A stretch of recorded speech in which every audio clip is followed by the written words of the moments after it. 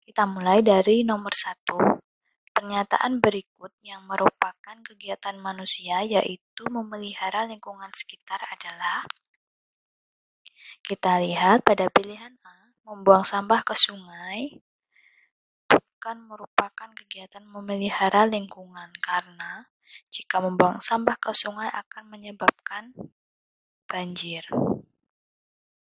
Kemudian kita lihat pada pilihan B, pembalakan hutan besar-besaran tidak termasuk pemeliharaan lingkungan karena dapat menyebabkan hutan menjadi gundul sehingga dapat juga menyebabkan banjir,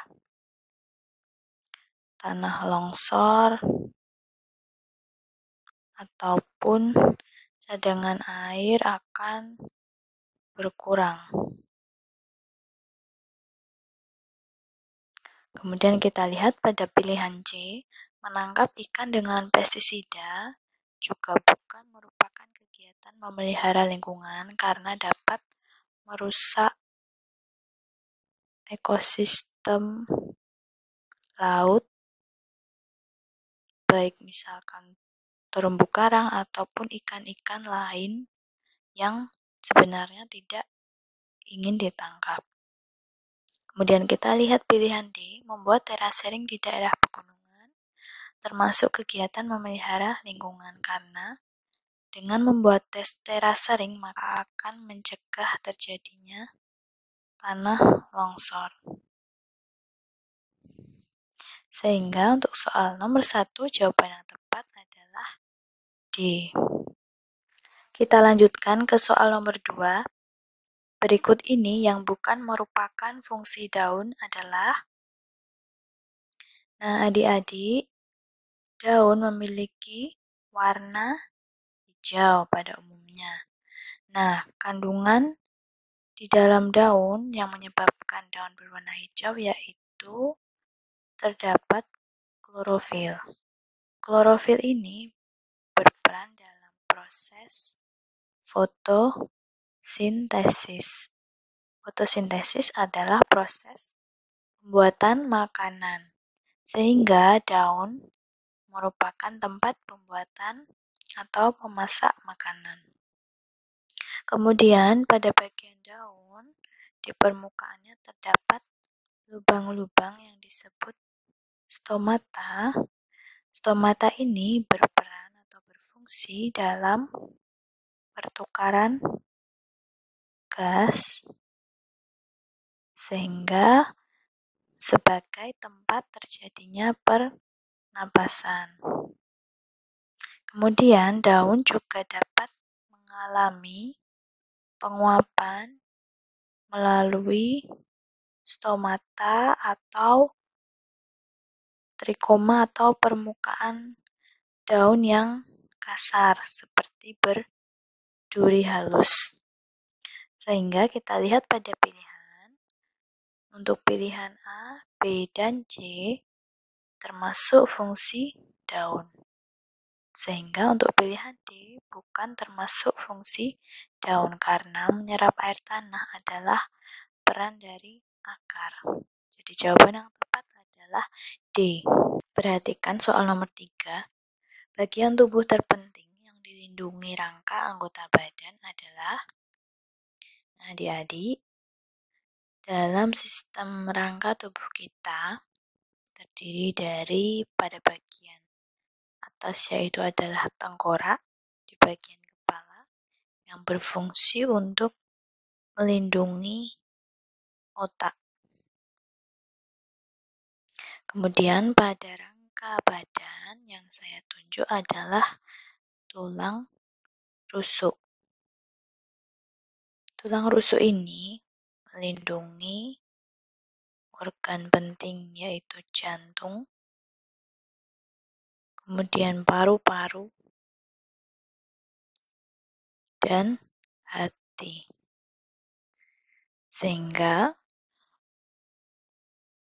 anggota badan yang dilindungi oleh rangka yaitu terdapat jantung, paru-paru, hati, dan otak. Jadi jawaban yang tepat adalah A. Baiklah adik-adik, kita bahas soal nomor 4. Berikut ini yang merupakan 5 hasil olah minyak bumi adalah minyak bumi termasuk ke dalam sumber daya alam yang tidak dapat diperbarui. Artinya adalah sumber daya tersebut akan habis jika digunakan dalam jangka waktu yang lama secara terus-menerus. Contoh dari sumber daya alam yang tidak dapat diperbarui antara lain minyak bumi, kemudian batu bara, dan mineral pertambangan.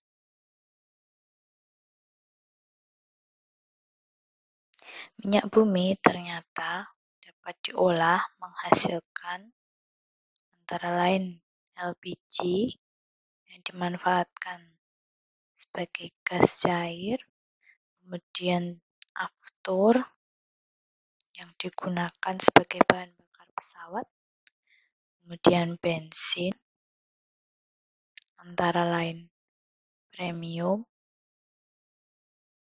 pertalite, ataupun pertamax yang digunakan sebagai bahan bakar kendaraan bermotor. Kemudian kerosin atau minyak tanah, kemudian minyak bumi juga dapat diolah menjadi solar yang digunakan sebagai bahan bakar mesin diesel atau industri, serta dapat pula diolah menghasilkan aspal sebagai bahan pembuat jalan. Kita lihat pada pilihan yang bukan merupakan hasil olahan minyak bumi, kita silang.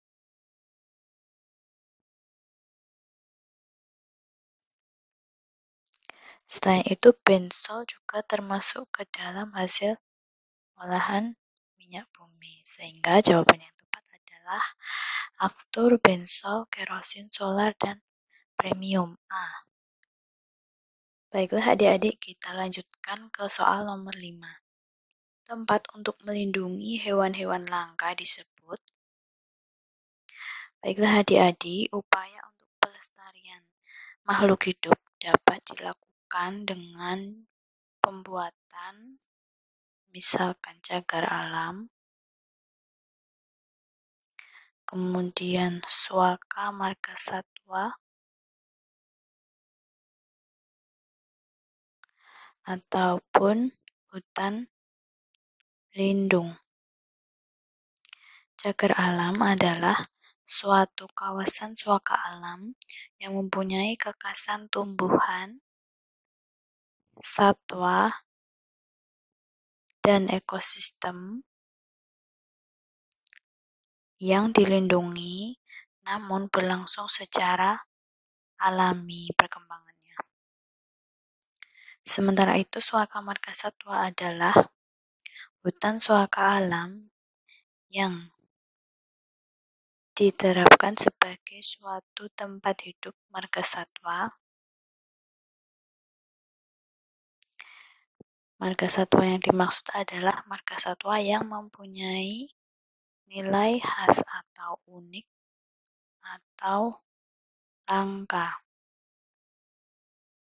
Sedangkan hutan lindung adalah kawasan hutan yang ditetapkan sebagai tempat hidup atau melindungi ekosistem tumbuhan dan hewan yang memang berada di dalamnya.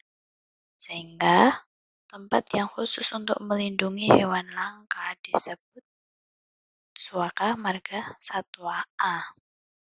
Soal nomor 6. Kemampuan mencembung dan memipihnya lensa mata disebut. Adik-adik, mata kita dapat melakukan gerak mencembung dan memipih untuk memfokuskan cahaya supaya tepat jatuh di retina, yaitu adalah daya akomodasi. Sedangkan pada pilihan D, daya adaptasi adalah kemampuan makhluk hidup untuk dapat mempertahankan kehidupannya. Sehingga jelas jawaban yang tepat, kemampuan mencembung dan memipihnya lensa mata disebut C, daya akomodasi. Kita bahas soal nomor 7. Salah satu usaha untuk menjaga kesehatan pencernaan adalah, adik-adik, kita harus menjaga kesehatan pencernaan kita supaya terhindar dari penyakit-penyakit pencernaan. Apa saja usaha yang dapat kita lakukan? Yang pertama, makanlah makanan yang bergizi,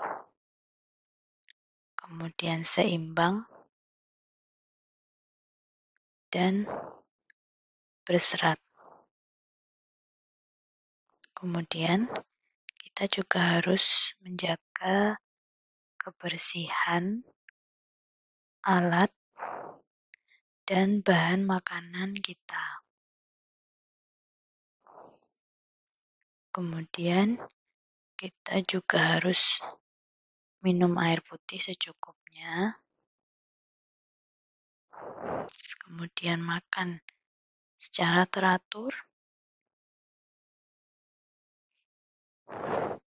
Kemudian menjaga kebersihan gigi dan mulut supaya makanan yang kita makan tidak tertinggal atau tersisa di gigi. Kemudian mengurangi makanan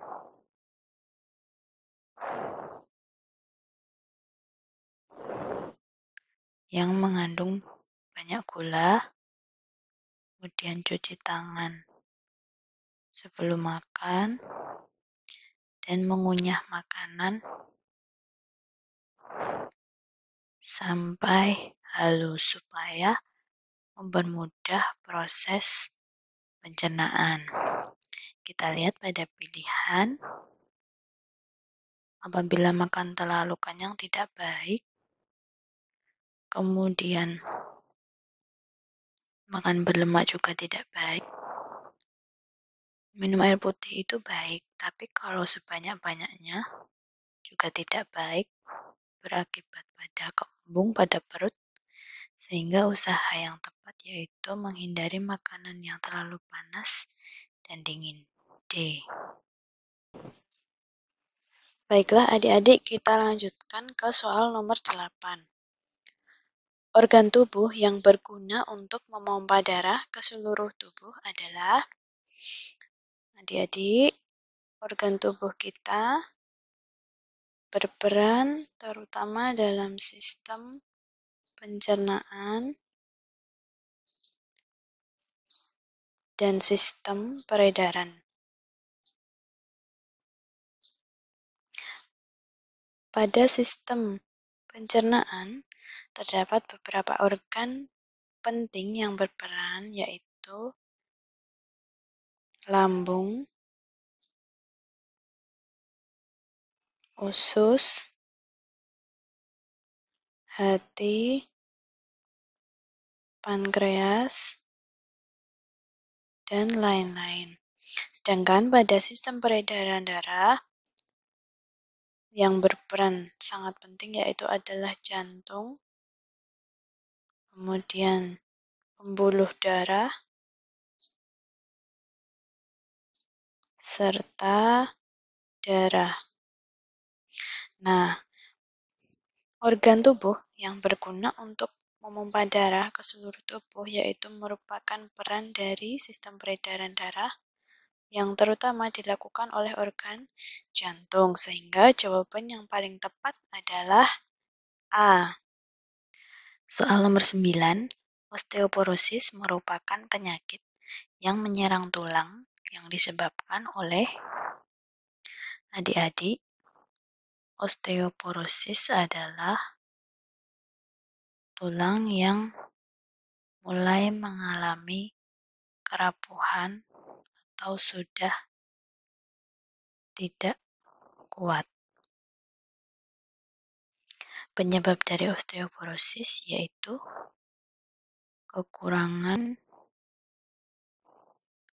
vitamin yang berperan dalam menyusun tulang, yaitu vitamin D.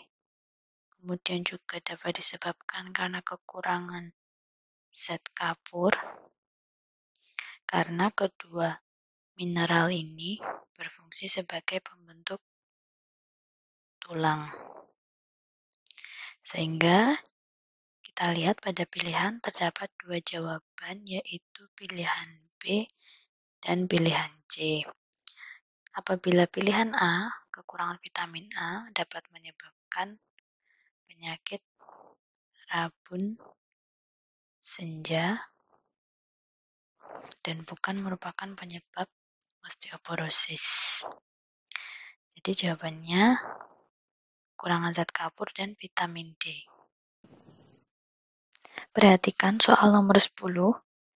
Kelainan tulang punggung yang membengkok ke samping disebut.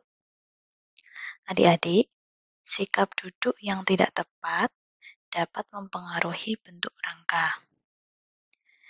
Antara lain, kifosis, yaitu kelainan tulang punggung yang membengkok ke belakang.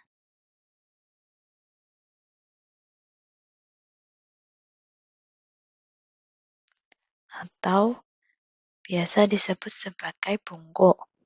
Kemudian lordosis, yaitu adalah kelainan tulang punggung yang membengkok ke depan.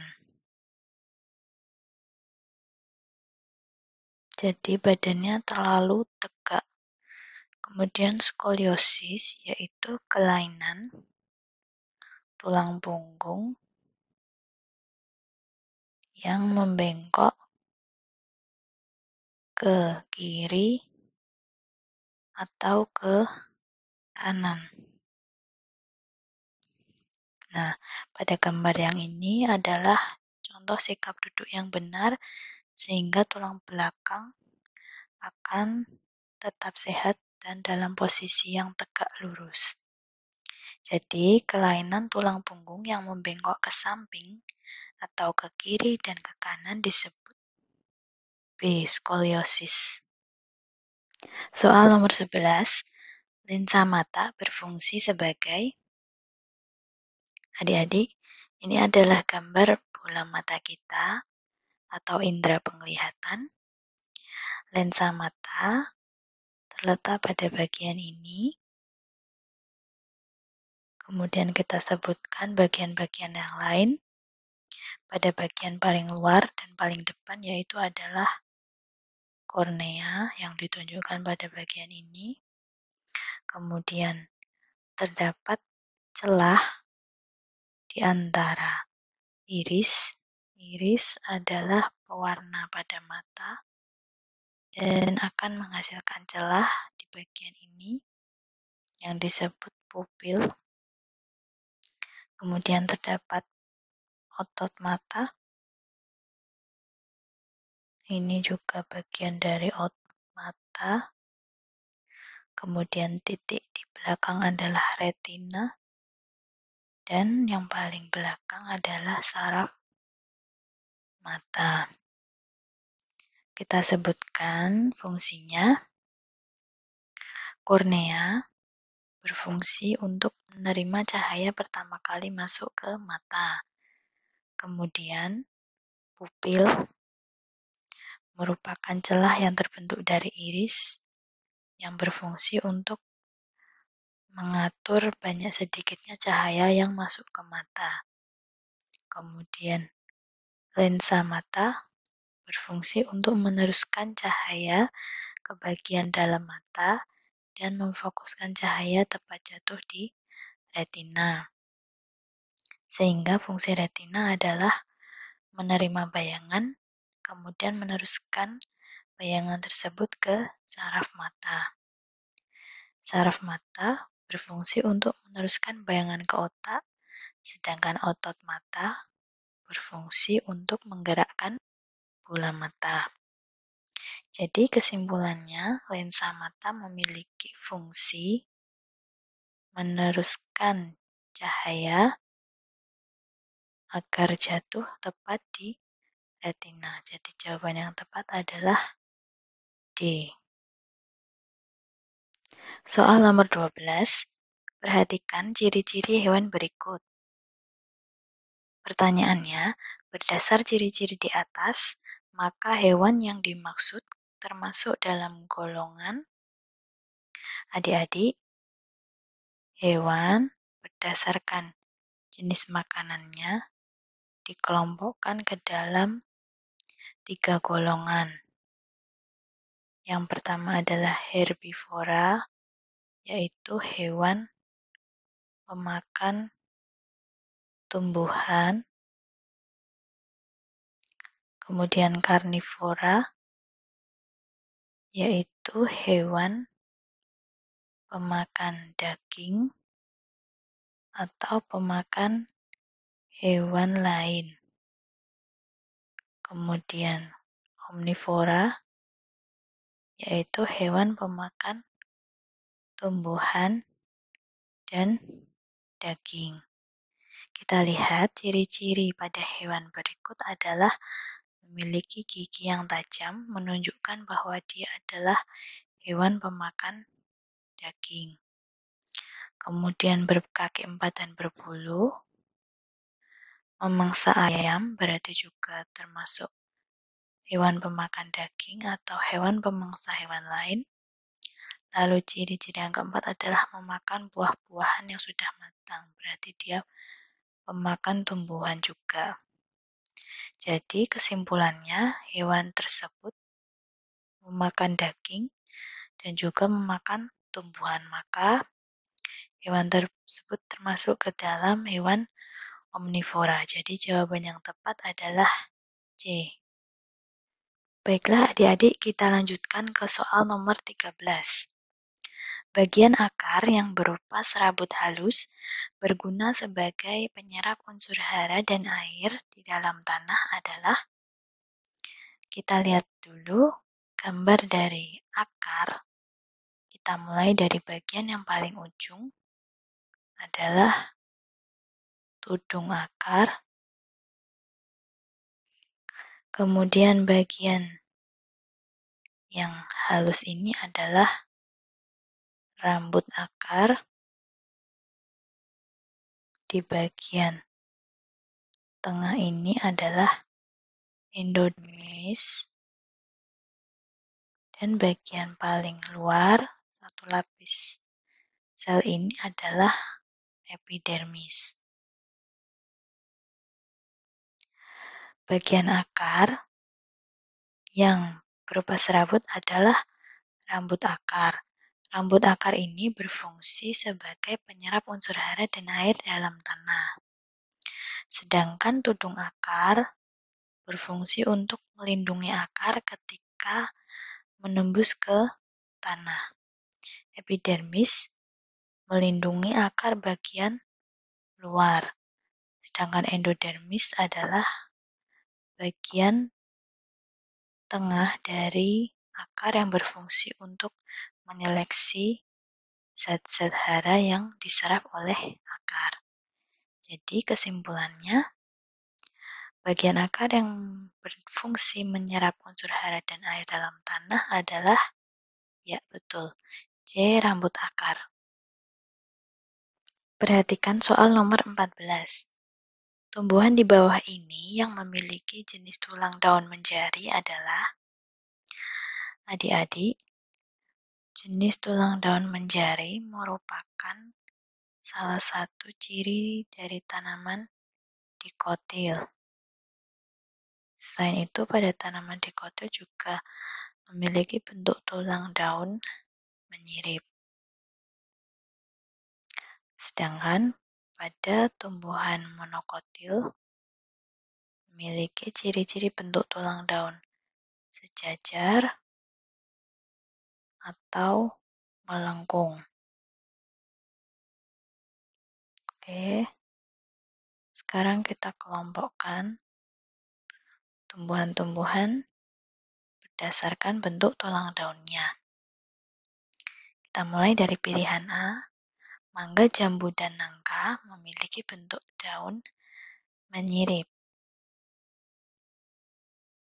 Karena ketiga tumbuhan ini termasuk ke dalam tanaman dikotil. Kemudian pada pilihan B, singkong, pepaya, dan kapas memiliki tulang daun menjari.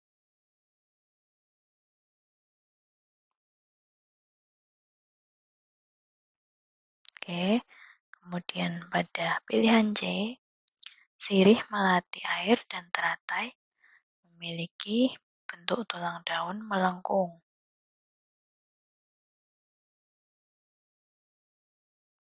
Sedangkan pada pilihan D,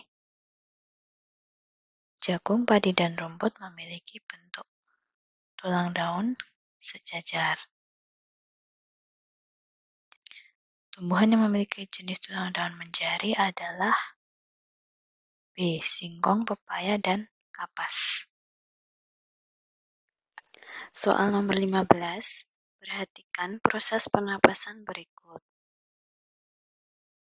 Pertanyaannya, proses pernapasan yang berlangsung di dalam rongga hidung ditunjukkan oleh nomor. Baiklah adik-adik, kita akan mempelajari kembali tentang sistem pernapasan pada manusia. Pertama, yaitu kita mulai dari bagian hidung. Pada bagian hidung, kita dapat menghirup oksigen, kemudian masuk ke bagian lubang hidung, di mana terdapat bulu-bulu hidung yang berfungsi untuk menyaring udara dan kotoran. Kemudian setelah itu, pada bagian rongga yang lebih dalam akan terjadi penyesuaian suhu dan kelembapan udara. Nah, kemudian udara tersebut akan masuk ke bagian trakea atau tenggorokan. Kemudian akan diteruskan hingga masuk ke paru-paru. Di paru-paru ini terdapat bagian-bagian kecil bernama alveolus, di mana alveolus ini berperan dalam pertukaran oksigen dan karbon dioksida. Sehingga proses pernapasan yang berlangsung di dalam rongga hidung tadi adalah penyaringan udara dan kotoran serta terjadi penyesuaian kelembapan udara. Jawaban yang tepat adalah C. Perhatikan soal nomor 16. Saat menarik napas, udara masuk rongga hidung dan selanjutnya menuju. Adik-adik, kita akan mempelajari sedikit tentang proses pernapasan bisa terjadi. Pertama, udara akan masuk melalui lubang hidung, kemudian akan melewati rongga hidung hingga sampai ke bagian tenggorokan. Pada bagian ini terjadi persimpangan, yaitu antara tenggorokan sebagai tempat pernapasan dan kerongkongan sebagai tempat masuknya makanan. Pada proses pernapasan, ketika terjadi, kerongkongan akan tertutup sehingga udara akan masuk ke tenggorokan. Kemudian setelah itu akan masuk ke bagian cabang batang tenggorok hingga kemudian akan masuk ke bagian paru-paru dan terjadi pertukaran oksigen dengan gas karbon dioksida di bagian alveolus. Baiklah, sekarang kita lihat pada pilihan. Pada bagian A, salah karena menggunakan kerongkongan. Jadi yang menggunakan kerongkongan itu salah. Oke, jadi jawaban yang tepat adalah B, tenggorokan, cabang batang tenggorok, lalu alveolus. Kita lanjutkan ke soal nomor 17. Gangguan pernapasan yang disebabkan karena penyempitan saluran pernapasan adalah, adik-adik kita sebutkan bersama, gangguan atau penyakit-penyakit pada sistem pernapasan. Antara lain, ada influenza, kemudian ISPA, lalu ada juga asma, kemudian radang paru-paru, kemudian juga ada bronkitis, dan polip. Baiklah, kita bahas satu persatu. Influenza adalah penyakit yang disebabkan oleh virus dengan gejala demam, menggigil, batuk, sakit kepala, bersin, dan pilek. Kemudian ISPA adalah infeksi saluran pernapasan akut yang terjadi karena udara yang tercemar oleh asap atau debu. Kemudian asma adalah gangguan pernapasan karena terjadi penyempitan saluran pernapasan. Penyempitan ini disebabkan karena udara yang tercemar oleh asap dan debu, udara dingin, atau tekanan emosi. Kemudian radang paru-paru atau biasa kita sebut dengan TBC adalah penyakit karena bakteri tuberkulosis. Kemudian bronkitis adalah peradangan pada batang tenggorok. Sedangkan polip adalah penyempitan saluran pernapasan akibat terjadinya pembengkakan kelenjar limpa. Oke, sekarang kita lihat pada pilihan yang merupakan gangguan pernapasan akibat penyempitan saluran pernapasan adalah A, asma. Soal nomor 18. Air di bumi ini selalu digunakan oleh makhluk hidup, namun tidak pernah habis karena air mengalami.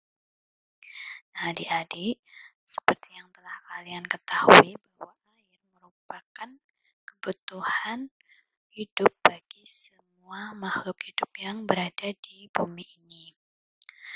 Manusia membutuhkan air untuk berbagai kebutuhan, misalkan mulai dari kebutuhan rumah tangga, pertanian, industri, hingga pembangkit listrik. Nah, walaupun sering digunakan, namun air tidak akan pernah habis karena air mengalami siklus atau daur. Daur air adalah sirkulasi atau perputaran air secara terus-menerus dalam suatu pola tertentu. Nah, kita lihat pada gambar, terdapat siklus air yang dimulai dari penguapan, kemudian terjadi titik-titik air, berlanjut menghasilkan hujan, kemudian turun menuju laut kembali, begitu seterusnya sehingga air itu tidak akan pernah habis. Oke, jadi jawaban yang tepat untuk pertanyaan ini adalah air mengalami B, daur air. Baiklah adik-adik, kita bahas soal nomor 19. Pada lampu senter, baterai disusun secara berurutan dan dihubungkan dengan lampu dan saklar. Maka, menggunakan jenis rangkaian, adik-adik, rangkaian pada listrik dibagi menjadi dua macam, yaitu rangkaian seri dan rangkaian paralel. Rangkaian seri adalah rangkaian pada lampu atau baterai yang disusun secara berurutan dan tidak bercabang. Oke, sedangkan pada rangkaian listrik paralel, yaitu rangkaian alat-alat listrik yang dihubungkan secara berjajar dengan satu atau beberapa cabang. Oke, sekarang kita lihat pada gambar ini adalah gambar lampu senter, di mana dalam lampu senter ini terdapat dua baterai yang disusun sejajar atau berurutan dan dihubungkan dengan lampu dan saklar. Ya, sehingga rangkaian ini adalah rangkaian seri. Oke, jadi jelas jawaban pada pertanyaan ini adalah rangkaian B, seri. Perhatikan soal nomor 20. Makhluk hidup yang memperoleh energi dari produsen dan konsumen yang lain adalah adik-adik, produsen dan konsumen terdapat dalam rantai makanan, di mana produsen akan menghasilkan makanan bagi konsumen. Produsen itu utamanya diduduki oleh tumbuh-tumbuhan. Kemudian konsumen tingkat 1 yang memakan tumbuhan secara langsung atau memakan hasil produksi dari produsen secara langsung, yaitu adalah herbivora. Kemudian konsumen tingkat 2 yang akan memakan atau memangsa konsumen tingkat 1, yaitu berarti dia adalah hewan pemakan daging yang disebut karnivora. Nah, namun ada kalanya terdapat jenis hewan yang dapat memakan tumbuhan, namun dia juga dapat memakan hewan lain. Nah, sehingga makhluk hidup ini disebut omnivora. Contoh dari omnivora antara lain adalah ayam, kemudian bebek, musang, yang bisa memakan tumbuhan ataupun memangsa hewan yang lain. Oke, jadi berdasarkan pertanyaan ini kita bisa menjawab bahwa makhluk hidup yang memperoleh energi dari produsen dan konsumen yang lain adalah D, omnivora. Oke, kita lanjutkan ke soal nomor 21. Walaupun bertubuh kecil, laba-laba termasuk hewan pemangsa hewan kecil lainnya yang terjebak dalam sarang buatannya. Maka laba-laba disebut, adik-adik, laba-laba dapat membuat sarangnya sendiri, kemudian sarang tersebut akan menjebak mangsa atau hewan kecil yang melewatinya, sehingga laba-laba dapat memakan hewan yang lebih kecil tersebut.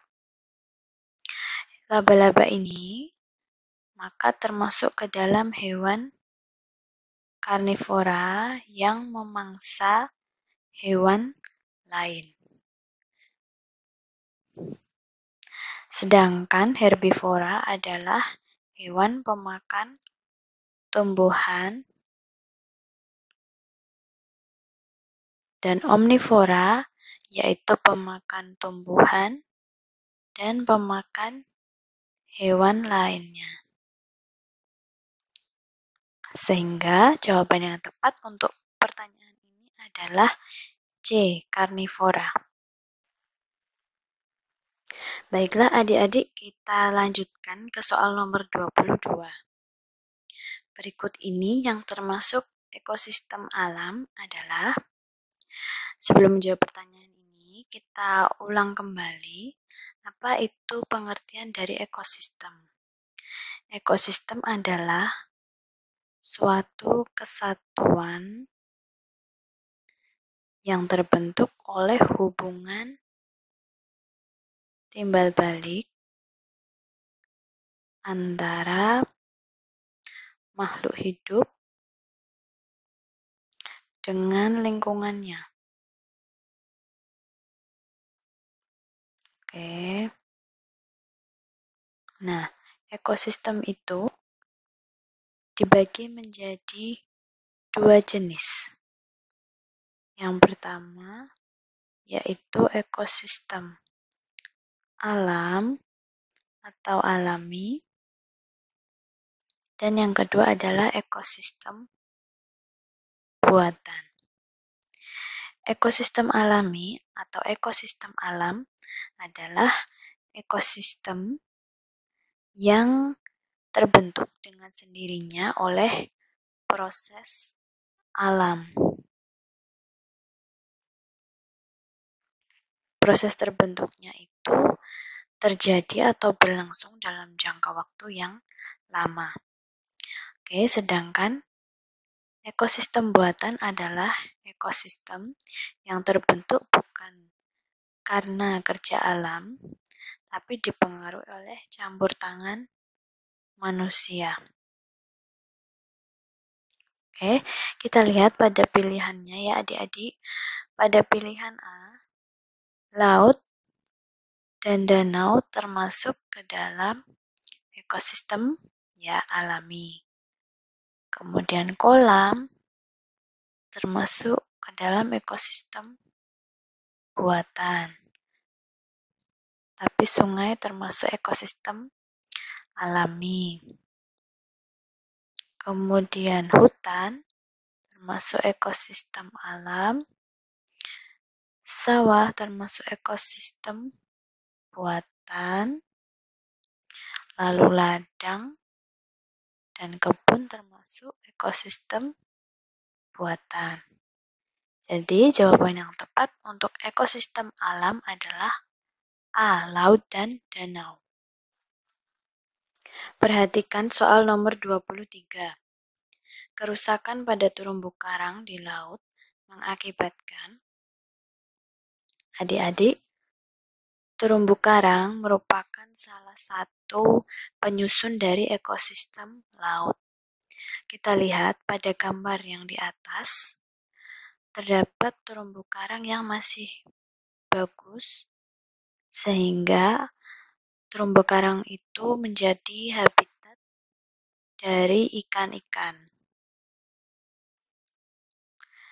Kemudian kita lihat pada gambar yang di bawahnya, terjadi kerusakan terumbu karang akibat ulah manusia yang menangkap ikan dengan bom atau dengan racun, sehingga dapat merusak keberadaan terumbu karang. Kerusakan terumbu karang ini akan mengakibatkan rusaknya pula ekosistem laut. Apabila ekosistem laut ini rusak atau terganggu, maka ikan-ikan juga akan berkurang populasinya. Sehingga jawaban yang tepat untuk pertanyaan ini adalah D, ekosistem laut terganggu. Soal nomor 24. Contoh benda yang dapat ditarik magnet yaitu, adik-adik, magnet merupakan benda yang dapat menarik benda-benda tertentu, terutama benda yang terbuat dari logam.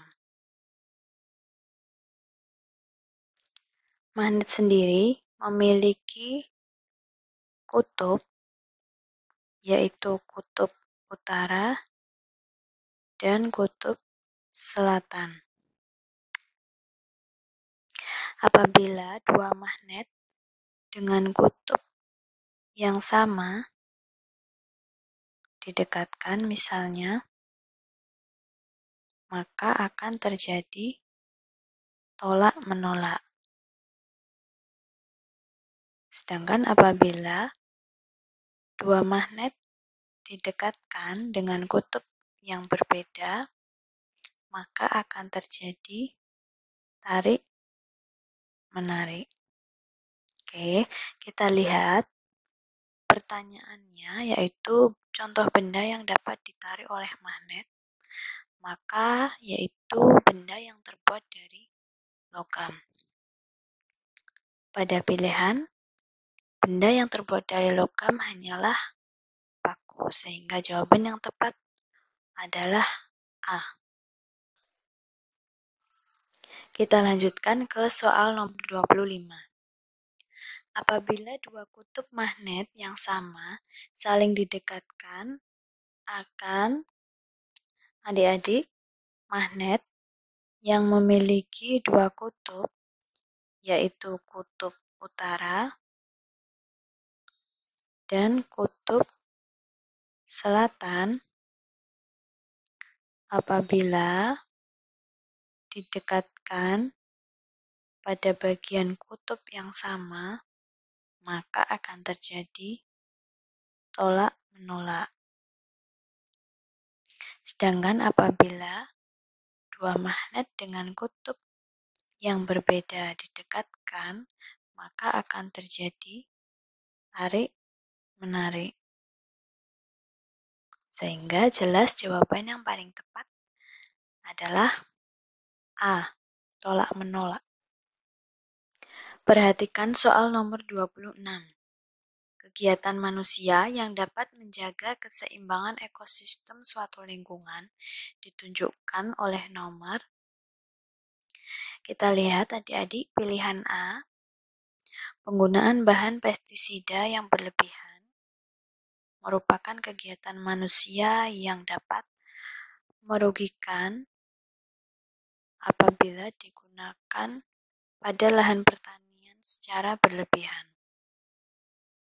Kenapa? Karena penggunaan pestisida yang berlebihan justru akan menyebabkan tanah menjadi tidak gembur atau tercemar oleh zat-zat kimia yang berasal dari pestisida. Kemudian kita lihat pada pilihan B, penanaman hutan yang gundul merupakan kegiatan manusia yang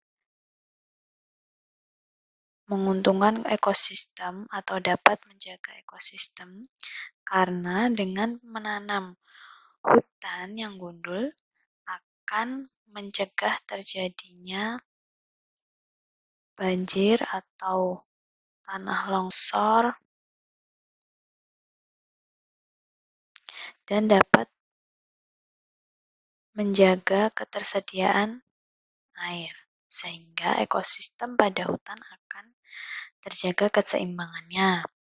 Kemudian pada pilihan C, perusakan terumbu karang adalah kegiatan manusia yang merugikan keseimbangan ekosistem karena terumbu karang yang rusak akan menyebabkan populasi ikan menjadi berkurang akibat kehilangan habitat atau tempat hidupnya, sehingga ekosistemnya akan terganggu.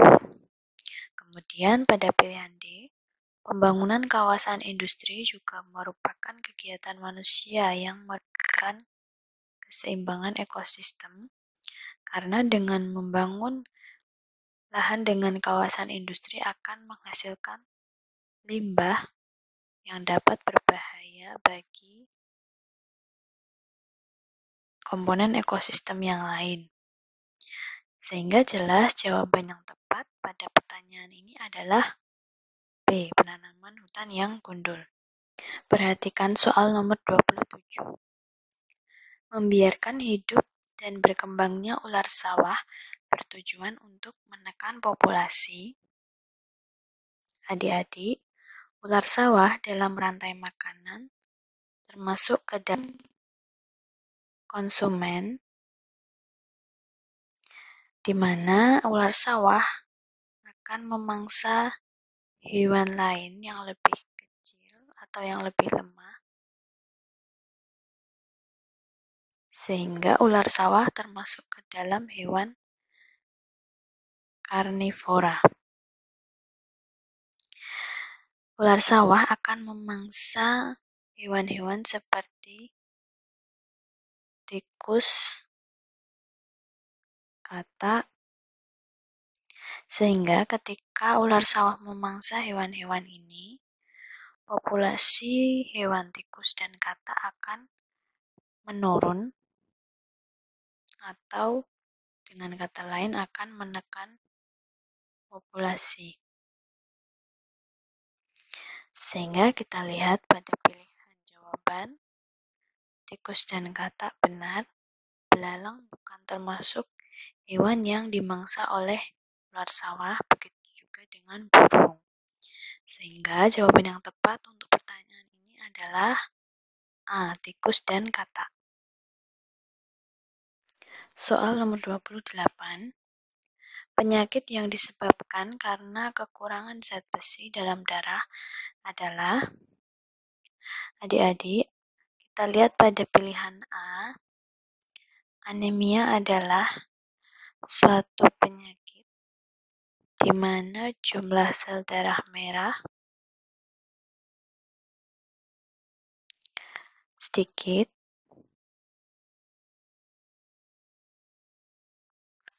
atau kandungan hemoglobin dalam darah juga berkurang atau sedikit akibat karena kekurangan zat besi.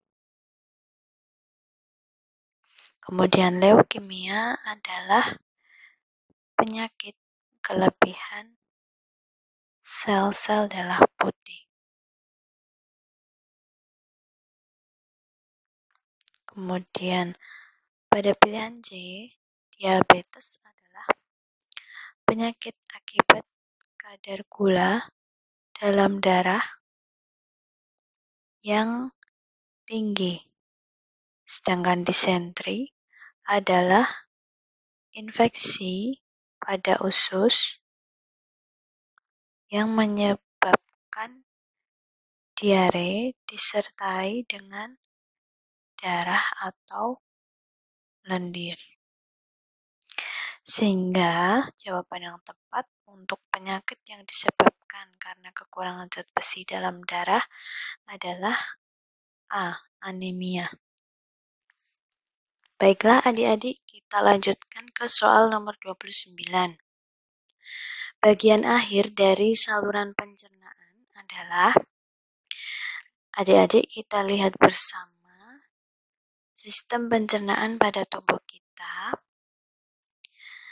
yaitu dimulai dari rongga mulut, kemudian masuk ke bagian kerongkongan, lalu masuk ke bagian lambung, setelah itu menuju usus halus, kemudian diteruskan menuju usus besar hingga akhirnya menuju akhir dari saluran pencernaan, yaitu anus.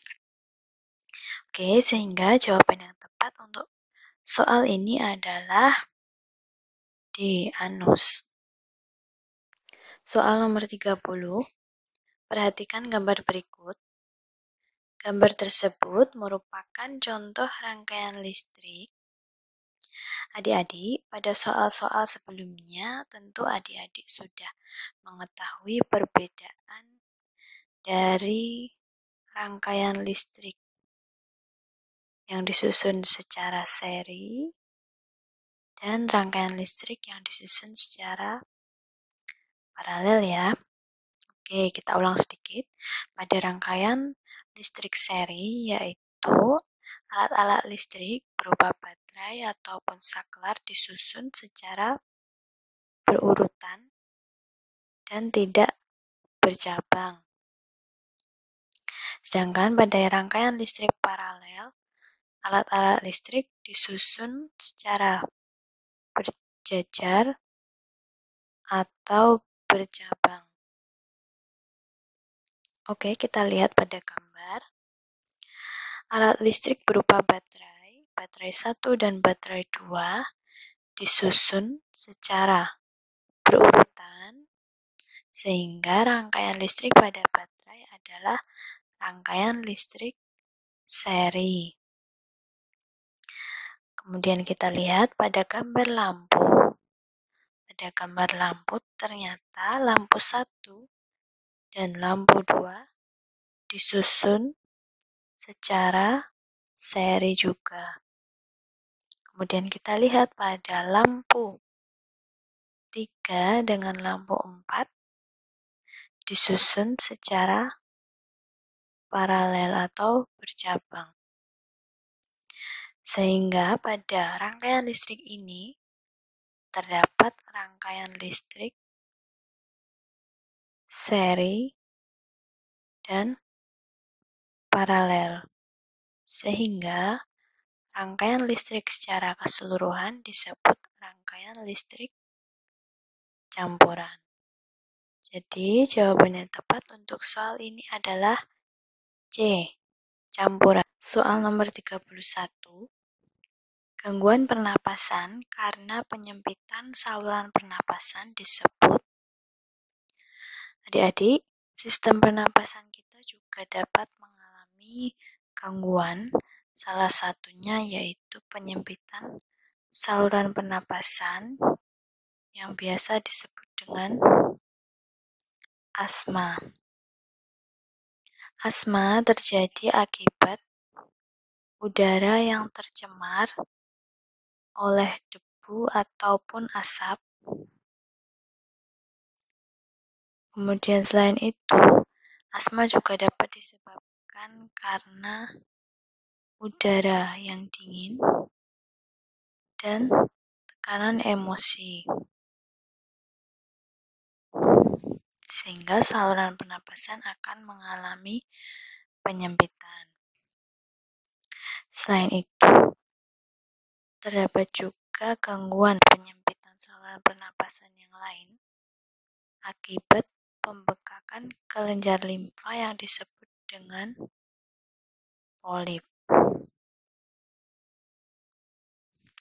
Sehingga jawaban yang tepat untuk pertanyaan ini adalah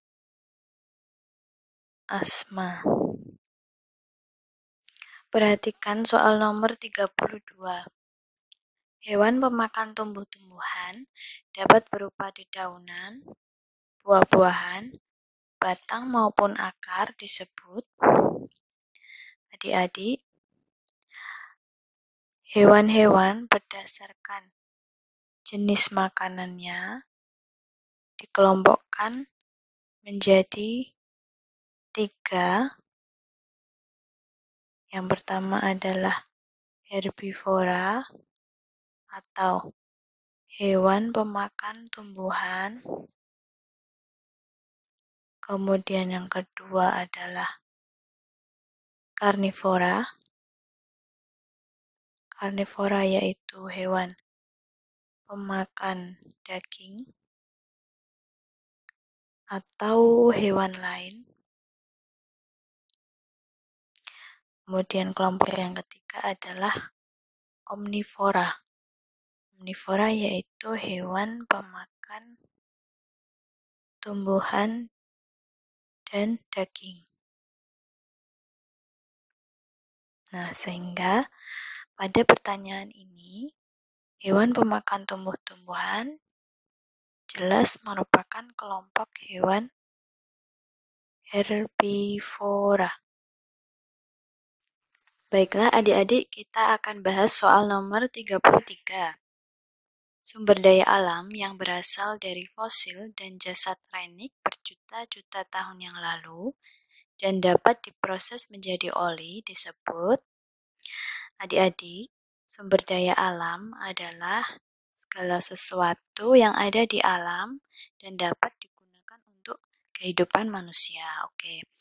Sumber daya alam itu dibedakan menjadi dua macam, yaitu sumber daya alam yang dapat diperbarui dan sumber daya alam yang tidak dapat diperbarui. Sumber daya alam yang dapat diperbarui, keberadaannya tidak akan habis dan masih bisa diusahakan oleh manusia walaupun sering digunakan. Sedangkan sumber daya alam yang tidak dapat diperbarui, apabila digunakan terus-menerus, maka akan mudah habis. Sumber daya alam yang dapat diperbarui, contohnya adalah hewan, kemudian tumbuhan, air, udara, dan sinar matahari. Sedangkan sumber daya alam yang tidak dapat diperbarui, contohnya adalah minyak bumi, kemudian ada juga batu bara, dan logam atau mineral. Ya, minyak bumi adalah energi yang banyak digunakan manusia untuk bahan bakar. Minyak bumi ini berasal dari fosil dan jasad renik berjuta-juta tahun yang lalu, kemudian ditambang oleh manusia sehingga menjadi bahan bakar. Minyak bumi itu juga dapat diolah menjadi berbagai macam bahan seperti solar, bensin, kemudian gasolin, bensol, oli, aspal. Nah, berarti jawaban yang sesuai untuk pertanyaan ini yang merupakan sumber daya alam dari fosil dan jasad renik dan dapat diproses menjadi oli adalah minyak bumi.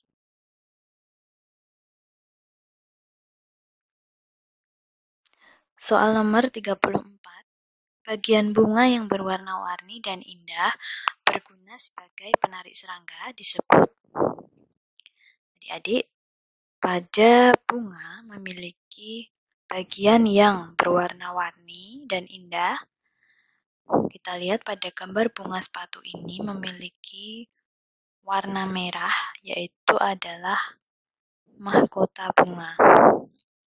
Mahkota pada bunga berfungsi sebagai penarik serangga sehingga serangga akan mendekati bunga supaya membantu proses penyerbukan.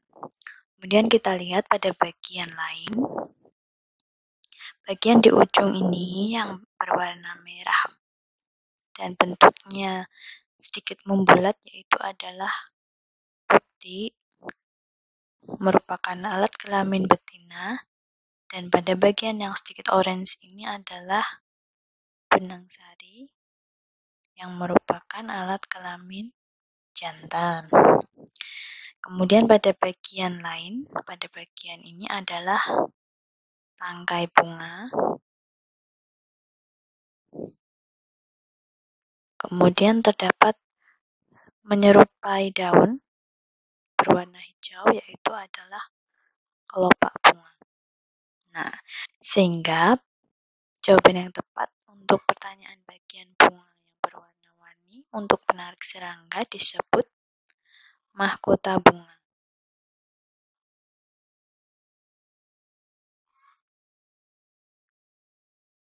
Kita lanjutkan ke soal nomor 35. Peredaran darah dari jantung menuju ke seluruh tubuh dan kembali lagi ke jantung disebut. Baiklah adik-adik, sebelum kita menjawab soal ini, kita urutkan terlebih dahulu proses peredaran darah.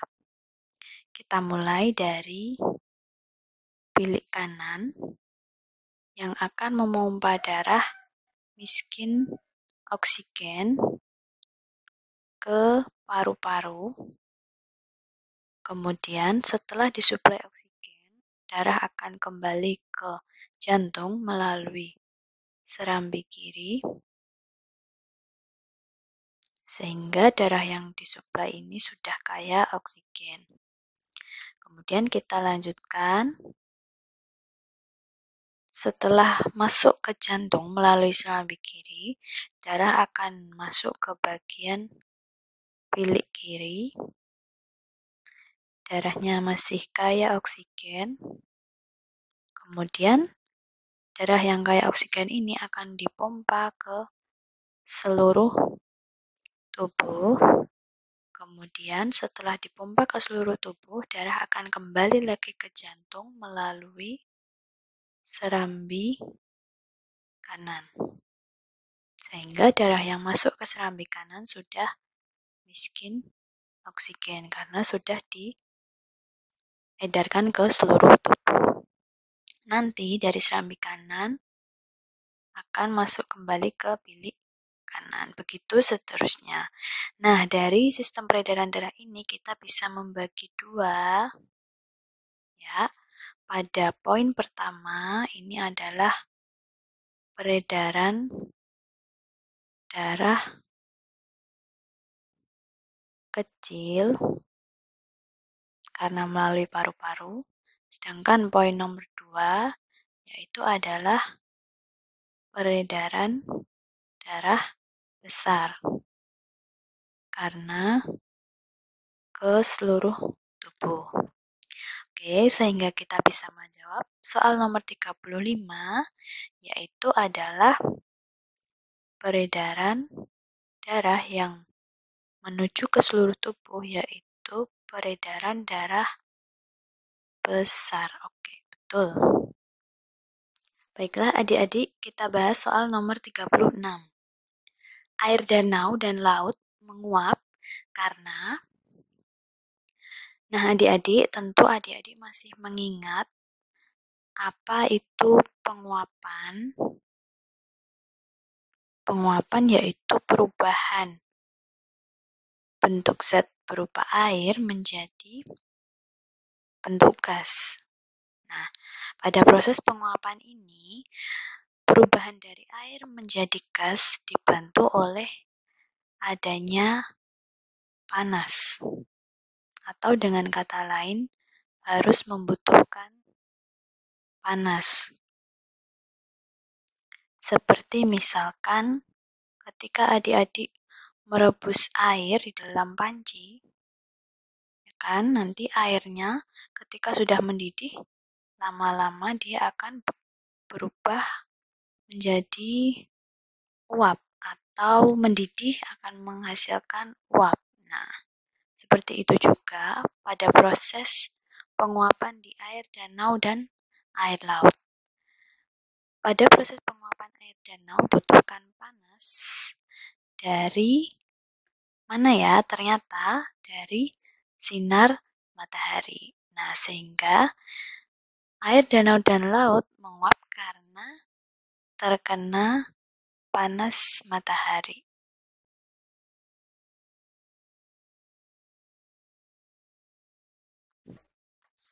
Soal nomor 37, usaha untuk mencegah banjir di lingkungan jalan raya dengan pembuatan.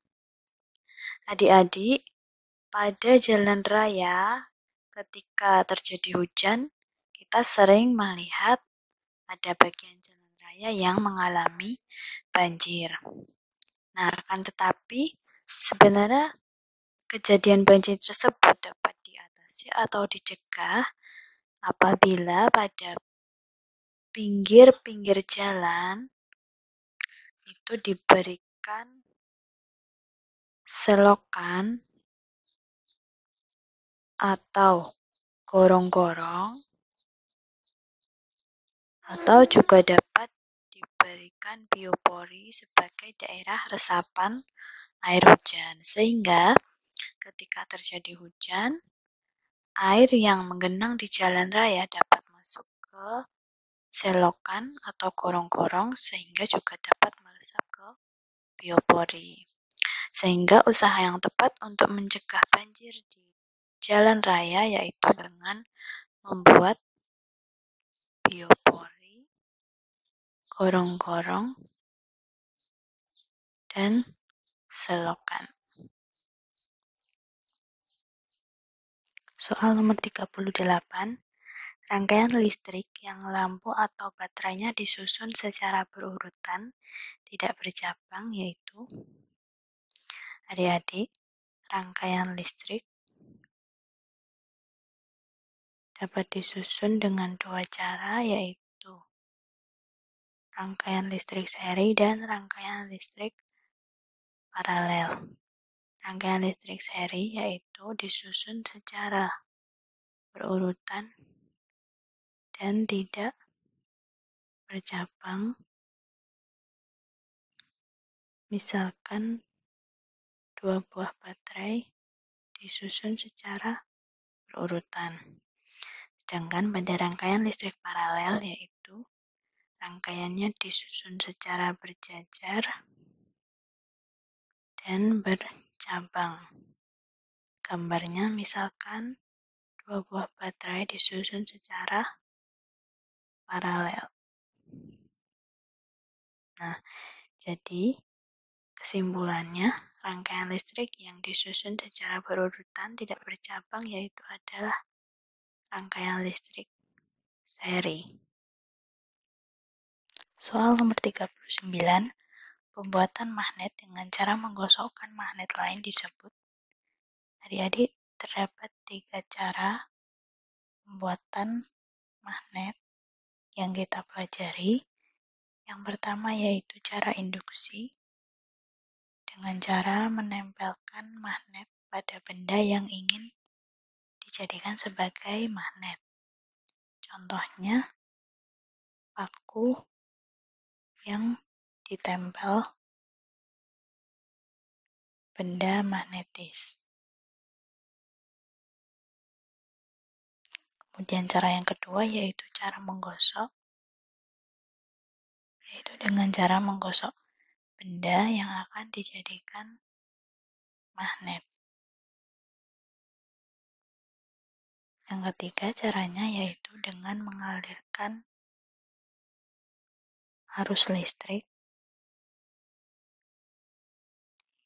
Contohnya yaitu dengan cara melilitkan paku dengan kawat yang dialiri listrik. Jadi kesimpulannya, pembuatan magnet dengan cara menggosokkan magnet lain disebut cara menggosok.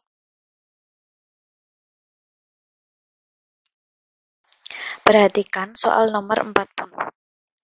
Daerah di sekitar magnet yang masih dipengaruhi oleh gaya magnet disebut. Adik-adik, magnet merupakan benda yang dapat menarik benda-benda lain, terutama yang terbuat dari logam. Oke, besarnya daya tembus gaya magnet dipengaruhi oleh beberapa faktor, antara lain jenis penghalang, kemudian tebal tipisnya penghalang. Selain itu, juga dipengaruhi oleh kekuatan magnet. Ini tadi adalah faktor yang mempengaruhi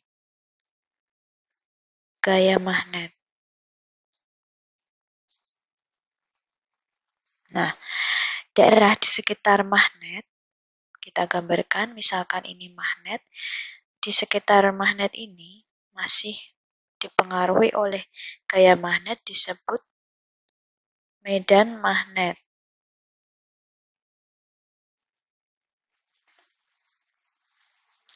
Kekuatan magnet terbesar terletak pada bagian ujung-ujung magnet atau kutubnya. Nah, pada magnet itu memiliki dua kutub, yaitu kutub utara dan kutub selatan. Nah, jadi kita bisa menjawab soal ini.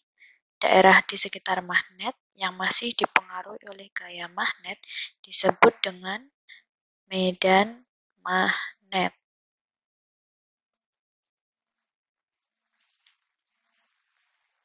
Soal nomor 41, sebutkan 5 upaya pelestarian sumber daya alam.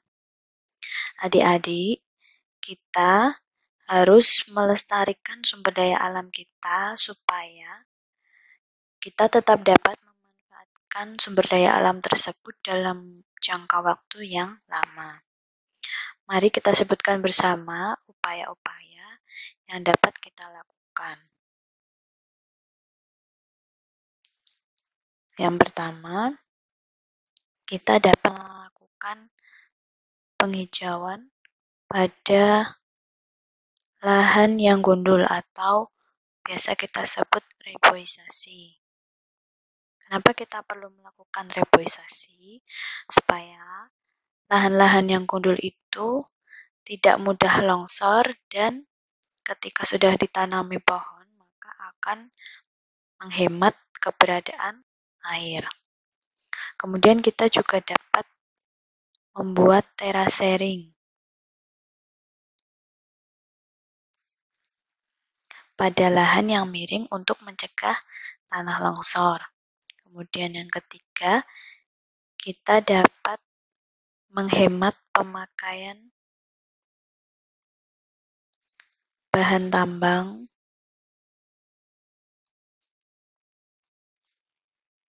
supaya tetap dapat tersedia hingga jangka waktu yang lama. Selain itu, kita juga dapat membuat cagar alam dan swaka marga satwa. Cagar alam dan swaka marga satwa ini akan melindungi dan melestarikan hewan dan tumbuhan. Kemudian yang kelima, kita juga bisa ikut mengawasi atau memantau penebangan hutan lindung yang dilaksanakan secara terencana, bukan penebangan liar. Sehingga hutan kita tetap dapat terjaga dan kita tetap bisa melestarikan berbagai ekosistem di dalamnya. Jadi inilah 5 upaya pelestarian sumber daya alam. Soal nomor 42, jelaskan apa yang dimaksud dengan rantai makanan dan berikan contohnya. Adik-adik, rantai makanan adalah proses makan dan dimakannya makhluk hidup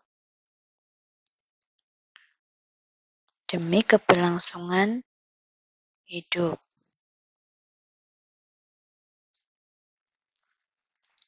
Kita berikan satu contohnya. Kita mulai dari produsen yang biasanya ditempati oleh tumbuhan. Misalnya padi.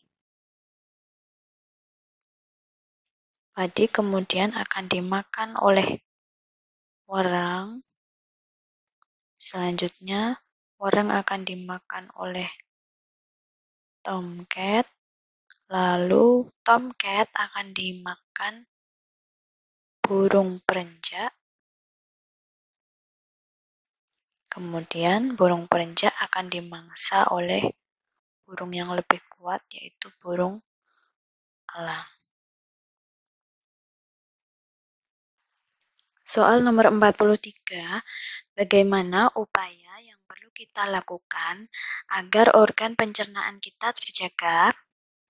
Adik-adik, cara menjaga organ pencernaan kita yaitu antara lain makanlah makanan yang bergizi seimbang, dan berserat. Kemudian kita juga harus menjaga kebersihan makanan kita dan alat makan yang kita gunakan. Kemudian kita juga bisa minum air putih dalam jumlah yang cukup. Juga bisa makan dengan teratur supaya tidak terjadi penyakit MAH. Kemudian kita juga harus menjaga kebersihan gigi dan mulut dengan cara menggosok gigi secara teratur sehingga organ pencernaan kita akan tetap sehat. Soal nomor 44, jelaskan perbedaan rangkaian listrik paralel dan seri. Mari adik-adik kita sebutkan perbedaan dari rangkaian listrik paralel dan rangkaian listrik seri. Rangkaian paralel adalah rangkaian alat-alat listrik yang dihubungkan secara berjajar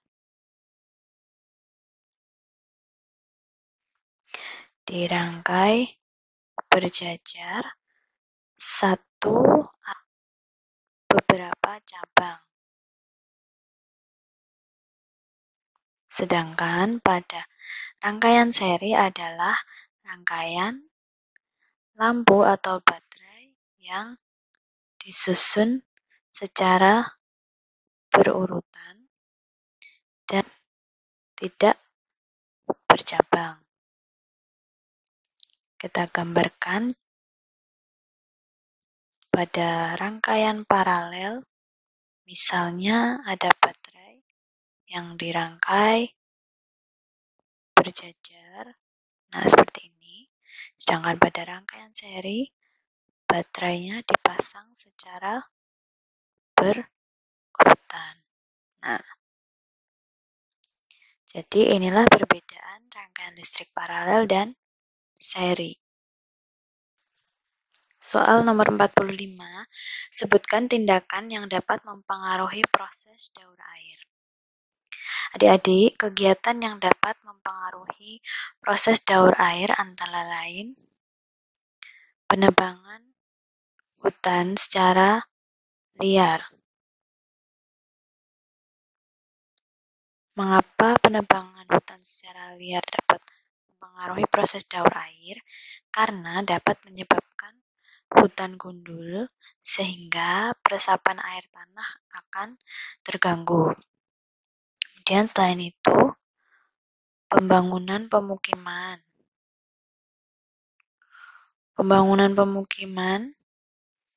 yang tidak memperhatikan aspek serapan air juga akan berpengaruh terhadap proses daur air.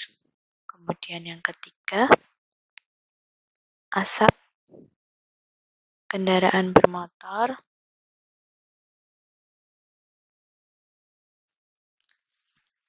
dan pabrik. Keberadaan asap dan kendaraan bermotor dapat memicu terjadinya hujan asam yang berdampak buruk pada lingkungan. Jadi, sebaiknya kita hindari tindakan yang dapat mempengaruhi proses daur air.